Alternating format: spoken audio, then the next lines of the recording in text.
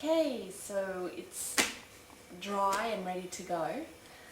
Just need to get these books out of the way.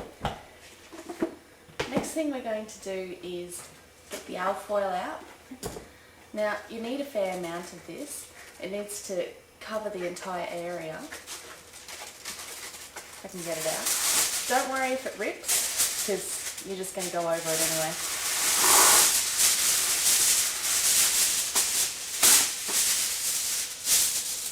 Just need to set it out so that you can cover most parts of it.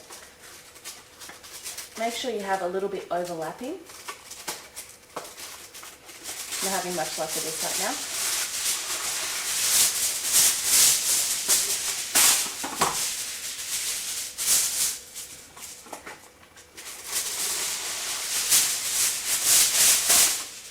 now. Now, instead of just putting it down flat as it is, we're going to crinkle it up. The reason for that is because if you leave it flat like this, it'll give you a flat light reflection, so it'll make it very harsh, like if your fill flash was on top of your camera.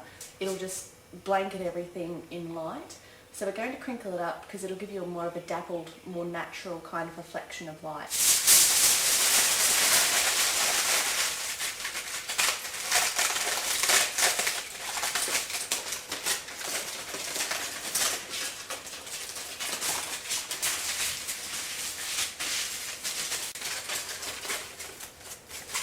Try and get it out as flat as you can, because you're actually going to need to glue this down a little bit later on. But do try and keep as much of the crinkle as possible.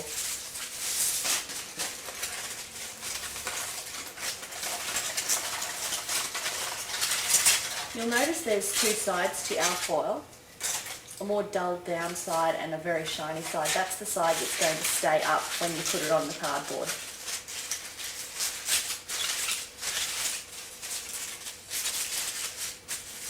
So now that's done, what you're going to do is you're going to glue over the entire surface of this cardboard, which is going to be a little bit harder than it was yesterday.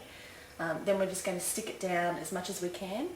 Once it's set, we're going to cut it out around the outside so it stays as a whole circle. Okay, starting off with the first piece. Remember, shiny side up, shinier side up.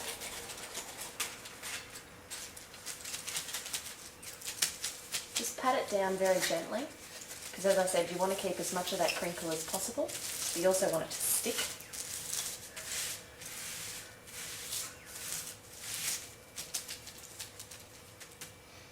Now, because this is going to overlap a bit, I'm going to do the bottom section first, and then I'm going to have the top bit over.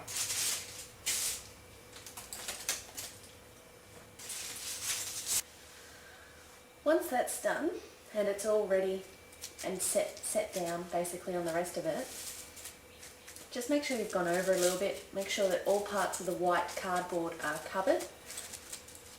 Any loose bits that you think aren't going to matter too much, just rip them off. We're going to be doing that later on anyway once it's dry.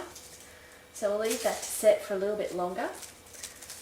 I know this is taking a lot of breaks in between, but at least altogether the time doesn't really take that much. So that's done.